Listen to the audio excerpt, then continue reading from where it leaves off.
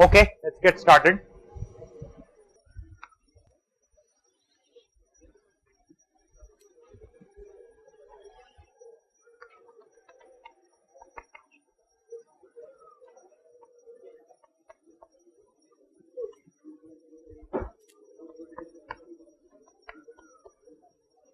Okay, so we start by making this depiction, and we said that the solution of or the temperature distribution is given by Q dot L square by 2K into 1 minus x square by L square plus T2 minus T1 divided by 2 into x by L plus T1 plus T2 by 2. Okay, so that's the solution. What will be the temperature profile? Parabolic. Okay. Will it be symmetric? Will it be non-symmetric? Why is it non-symmetric? Because so it will be non-symmetric. Where will be the maxima? Can you guess? Closer to T1, right? So look, I mean, without actually going and plotting, there are several intuitive things which you will be able to see simply by looking at the system. It is very important to capture these intuitive behaviors of the system. Okay, so you will have a maxima. So that's the kind of profile that you would expect for this kind of a solution. This is the temperature distribution. Okay. Now supposing if T1 is equal to T2, equal to, let's say, surface temperature. Okay, so then the profile will be symmetric, right? So we should have a symmetric profile.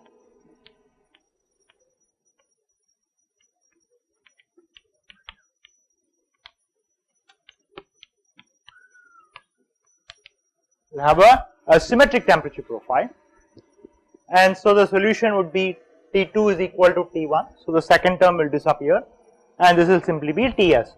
So the solution will be Tx equal to Q dot L square by 2K into 1 minus x square by L square plus Ts.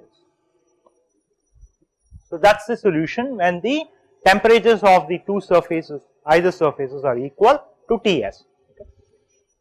Now this is an important observation, and in fact now I'll explain why I chose this kind of a coordinate system, right? So this solution is also the solution of the problem where you have an adiabatic boundary. Okay. So let's say you have a slab where you have an adiabatic boundary at x equal to 0, that is, there is no heat loss or there is no heat transfer. Complete heat transfer at x equal to 0 is 0. So remember the second boundary condition we discussed, constant flux, where here the constant is 0. So there is no flux boundary condition. So this is also the solution of this problem, and the reason why this is a solution is because if you look at the solution of minus L to plus L, because the solution is symmetric, it's symmetric at x equal to 0, the flux is 0, right? dt by dx is 0 at that location, and therefore the solution of this problem is also the solution of this problem. So you got the solution of another problem for free simply by redefining the coordinate system and looking at the problem. So this is an important piece that you have to take. So any system that you are looking at, you will also have to see how to define your coordinate system so that your solution is going to give you much more insight than what you would normally get. So this is very important when you are solving engineering problems. How to define a coordinate system correctly so that you will get very good, much better insight than what you would normally get otherwise. Okay. Alright, so can we use resistance concept here? Can we define resistance for this problem?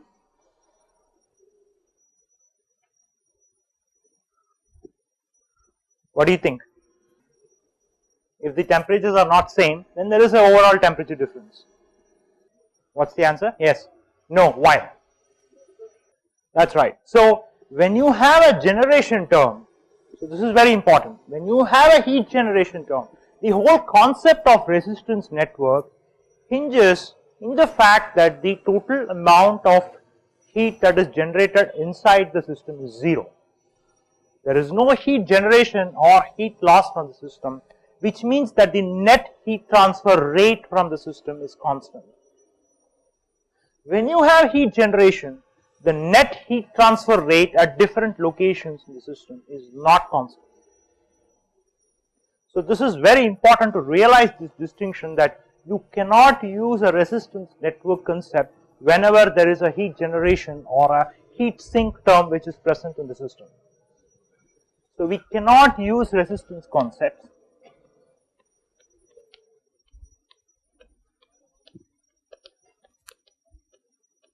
I should qualify by saying thermal resistance network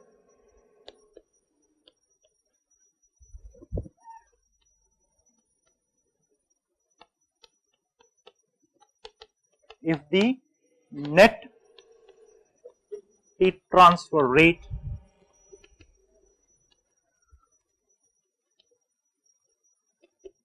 is not constant. And in fact, it's not difficult to realize this.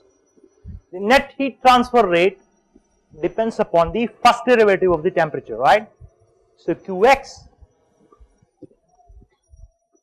is minus K A into dt by dx, right?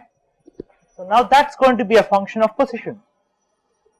As you can clearly see, it's a parabolic system, and so the first derivative is going to be a function of position, which means that the Qx is now going to be a positional dependent quantity. So the heat transfer rate is no more constant at any position inside the slab. So this is a big difference between what you have with a system where there is no heat generation or heat sink versus the system where there is heat generation or a heat sink. So it is very important to understand this distinction. So the resistance concept is not valid for the system where the net heat transfer rate is not constant. If it's a function of position, you cannot use the resistance network concept.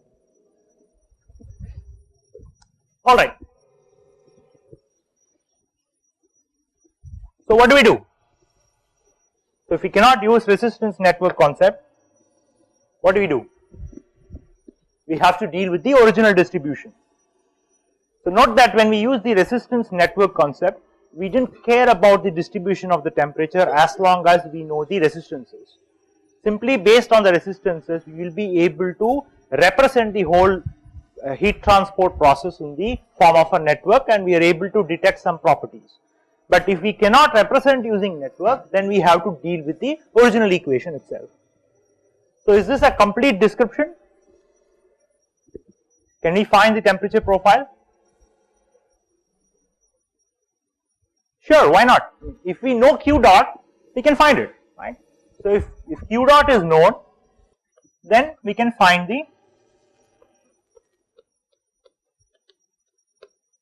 we can describe or find the temperature profile.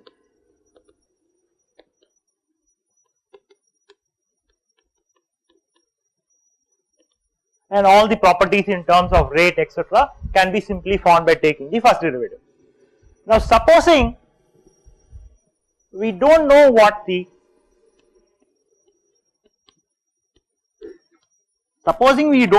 Q dot is, what should we do? Supposing we don't know what is the net amount of heat that is generated per unit volume, what should we do? Any suggestions? Is it still a solvable problem? Can we still quantify? What do you think? Do we need some additional information? So the observation is, at x equal to 0, when you set x equal to 0, then there is some simplification that occurs on this equation, right? So if Q dot is not known, then we should be able to measure some other temperature, right. So if Q dot is not known, then we need to at least know the temperature at some other location. So let us say we know how to do that, okay. So the way it is done in practice is that, so there is something called a thermocouple, okay. So thermocouple is basically a copper wire which has a very high conductivity, so that the amount of heat that is transferred, the time it takes for transferring the heat to measure the total amount of heat that is transferred and find the temperature is going to be extremely small. So it is a fast response system, and so you put a thermocouple in some location and then you can measure what is the temperature.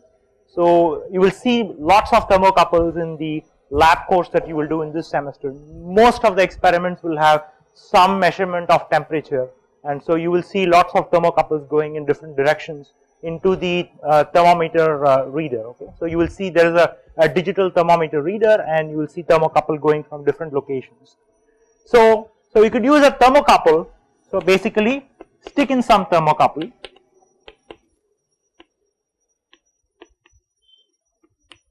and the appropriate point. So this is a design question. Supposing I have to stick in, what is the appropriate point? At x equal to 0. So we can stick in at x equal to 0 and measure the temperature, and let us say if that is called T0. So T0 is the temperature at the center of the system, center of the slab that we are looking at. So T at x equal to 0 is nothing but Q dot L square by 2K plus Ts. So it is obviously not a function of the position, and so from here we can find out that Q dot is T0 minus Ts divided by 2K by L square, okay.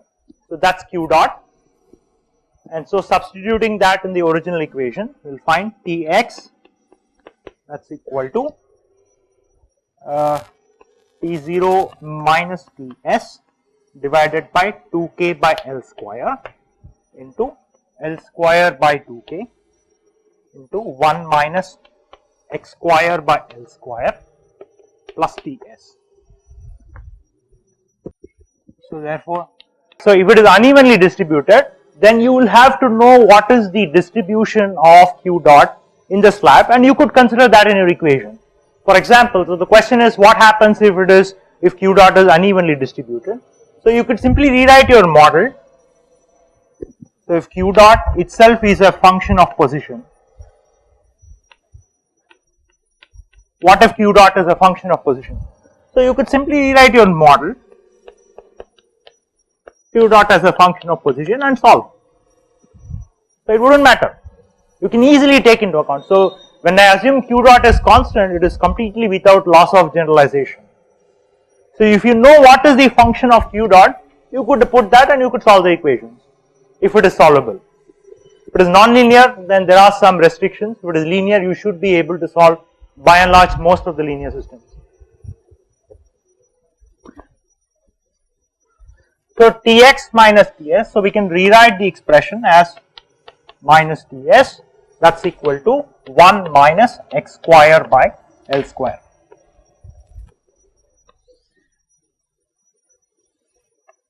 So this kind of reformulation of the solution is sometimes called as similarity solution. We will actually see some of these similarity solutions when we talk about convection in a tube, laminar flow in a tube, but these kinds of representation by using the maximum value or the symmetric temperature and scaling the solution is sometimes called as the similarity solution, okay. So we will look at that sometime, but just for historical purposes I want to mention that this type of representation is called similarity solution. So this ratio is now going to be a parabolic function, and this is a non-dimensional temperature. So note that the quantity on the left hand side is non-dimensional, and this kind of non-dimensionalization is often done in many engineering systems, and we will actually use these kinds of non-dimensionalization when we actually deal with convection problems, okay. Any questions so far? Alright, so let us move into the next problem.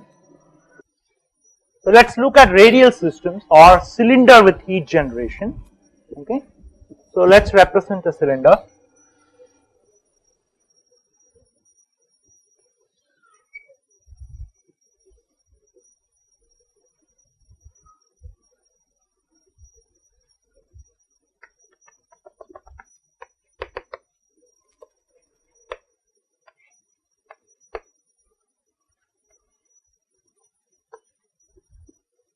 So let us say that you have a solid cylinder and there is heat that is being generated at a volumetric rate of Q dot, that is the watt per meter cube of heat that is being generated, and if R naught is the radius of that cylinder, and let us say that Ts is the surface temperature. Okay. So one could write a model, and it is very simple the way we have done before. K, and if we assume that it is a 1D system, 1D system steady state, 1D steady state system, then we can say K into 1 by R d by dr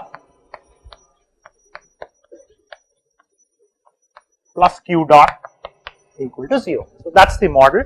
What are the boundary conditions? You want to try?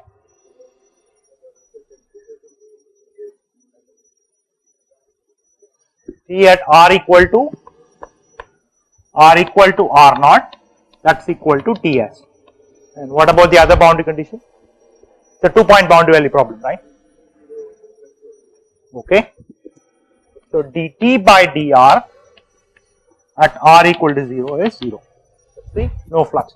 Why is it no flux at R equal to 0? So it is because there is a symmetry which is present in the natural system.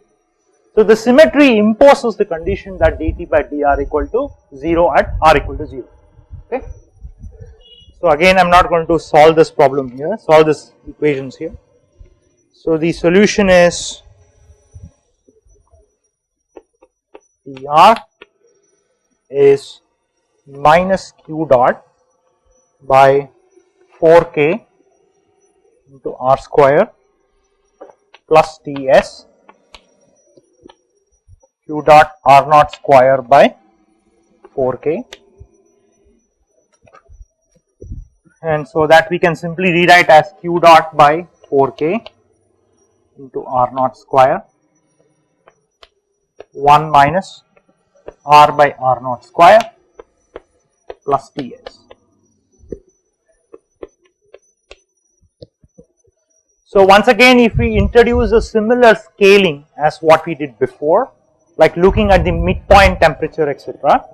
So supposing we know what is the midpoint temperature, so T naught is given by Q dot R naught square by 4K plus Ts. So that is the temperature at the midpoint, and so Q dot is given by T naught minus Ts divided by 4K by R naught square. Okay. So it's exactly what we did before, and so we can substitute that into the temperature distribution,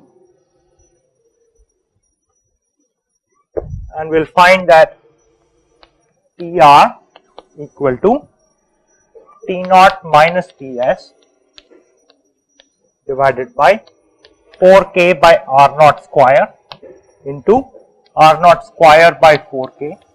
Oops, did I make a mistake? Yeah, should be the other way.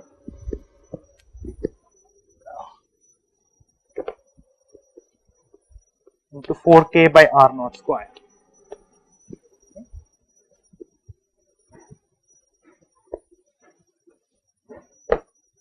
So T naught minus Ts into 4K by R naught square multiplied by R naught square by 4K into 1 minus R by R naught square plus Ts.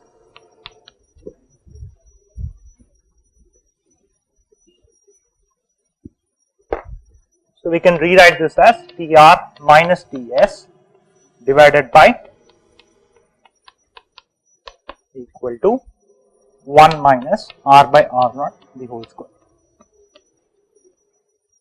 So that is the temperature profile, and once again we can clearly see that the temperature, the heat transfer rate is a function of the radial position.